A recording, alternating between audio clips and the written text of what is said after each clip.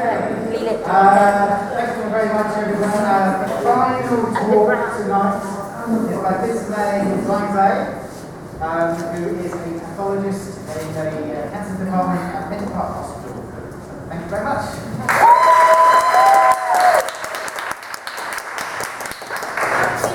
That's my sister.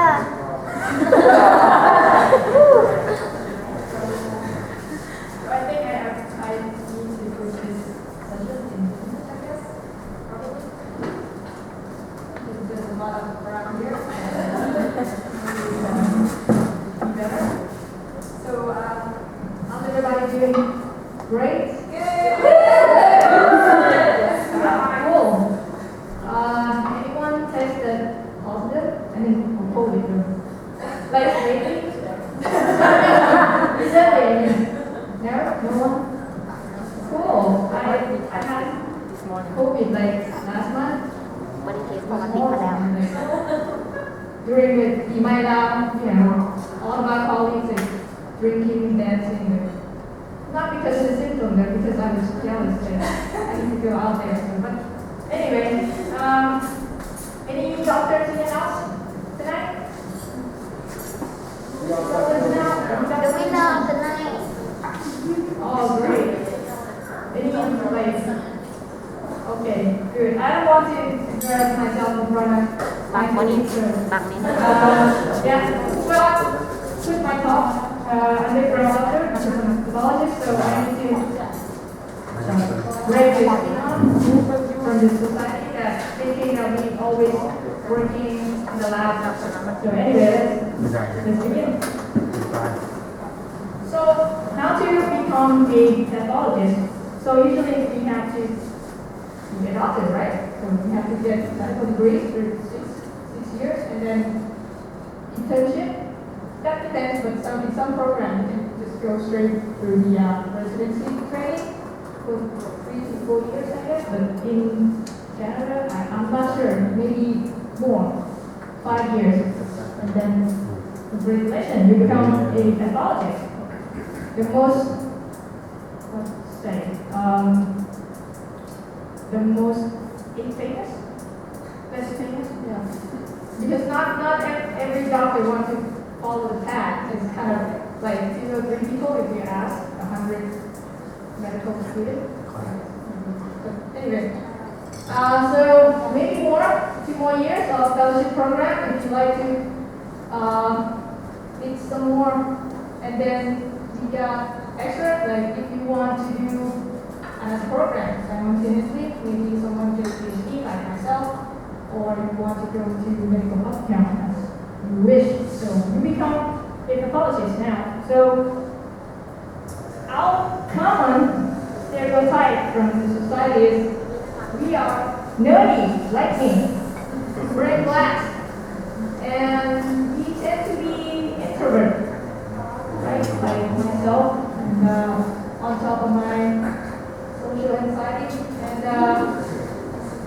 we tend to be a little bit strange, like but I'm not going to talk about that strange death because we're dealing with organs and sometimes dead people or talked out microscope. And, so often it's taken from the society, oh, you're a pathologist, you must do something like this. No, we're not. Actually, it's totally different anxiety because this is what we call a forensic pathologist because their job is to determine the cause of death. We're not. We're determining whether it's tumor, it's benign or malignant, anything like that. Anyway. So, the day in my life, I usually, this is my actual office. It's a lot nicer than this. I just try to prefer to say photo. It usually get a lot nicer than this. So I spend most of my time sitting at my stove, reading this class slides, and tons of books.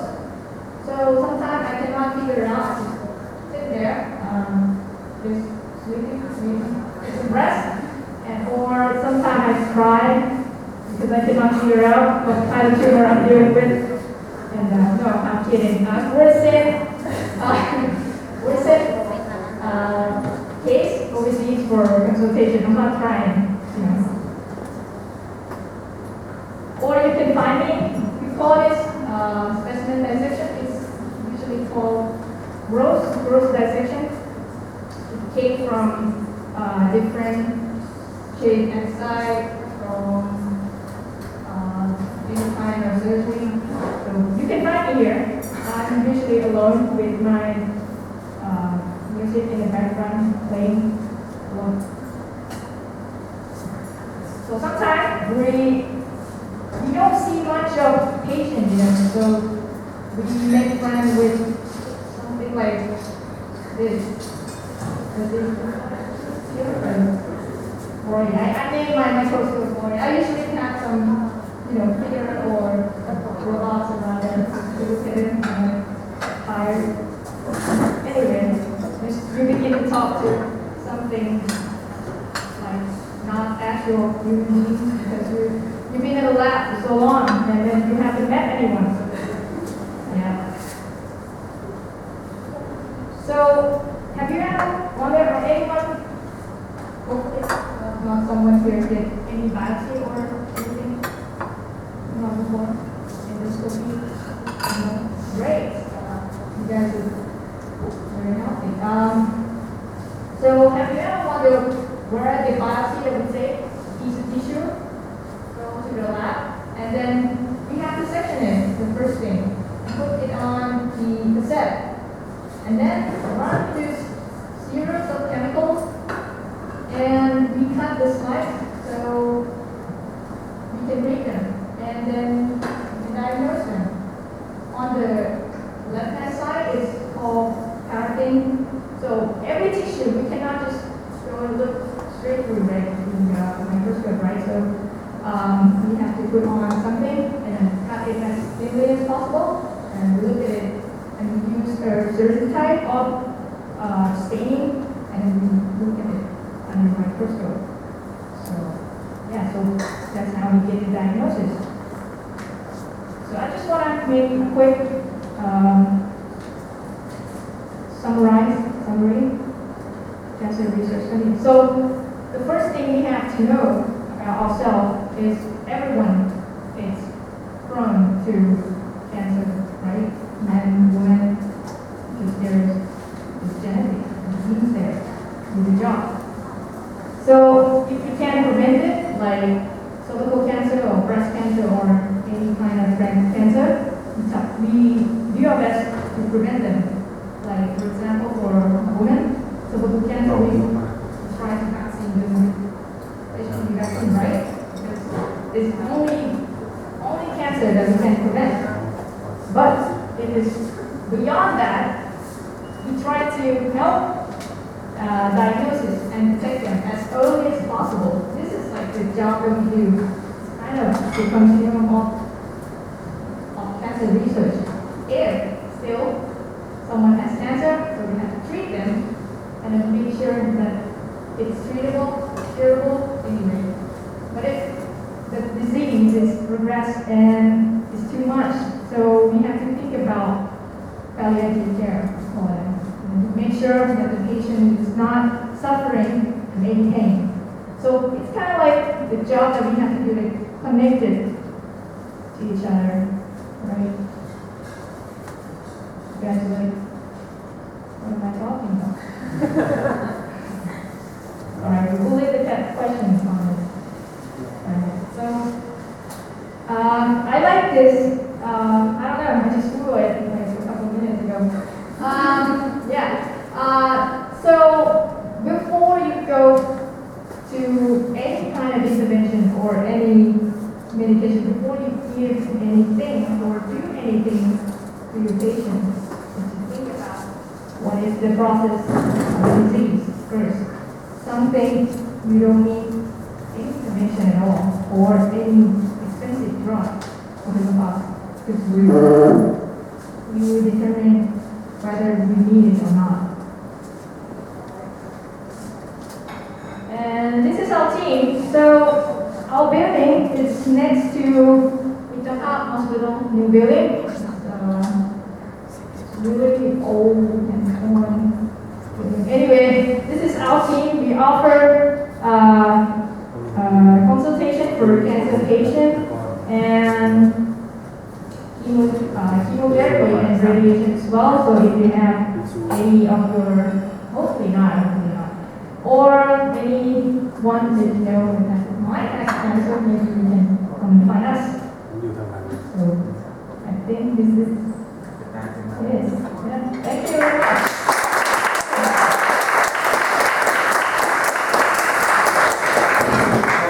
Very interesting talk. Any questions? Yes.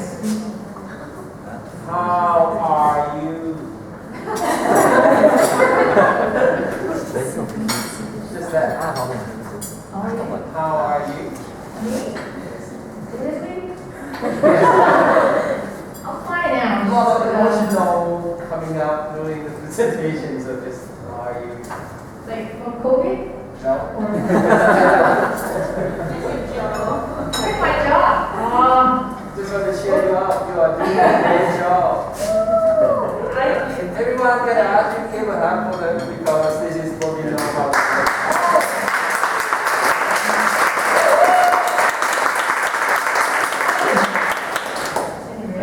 I'm great. I'm introvert, so I don't really mind spending time alone. And yeah, we're working just fine. We're not weirdo, and we're doctors. And sometimes our colleague is taking us from medical technologists or anything like that. But we're the same doctors here, so we brand the surgeon. Is your institute the only place that has a treatment in Laos, or are the hospitals in Vientiane or the provinces potentially also could provide treatment you have? I think Certain kind of cancer? in terms of that, maybe we're the only place that we can come and then have radiation. Maybe the only place in the Mittaphab Hospital. Yeah. But you can find other hospitals. Like Thitsamy, they offer chemotherapy for gynecology cancer for women, or breast cancer as well. But consider this, I think our team is the only team in Laos that dealing with cancer patients. Yeah. So, how many histologists are there in Laos, and how many consultants are there in Laos? Well, post-mortem, we're not actually, no autopsy yet, but we're kind of like in training, like myself. I have to probably go to Shanghai maybe next month for forensic pathologist, and then actually there's only, I think, maybe less than 10 pathologists diagnosis in Mittaphab, only 4, and then in University of Health Science, maybe 3. Other than not working, like diagnosing, maybe they're pathologists, but they're working on administration. I'm not sure about that. Thank you very much. One more round.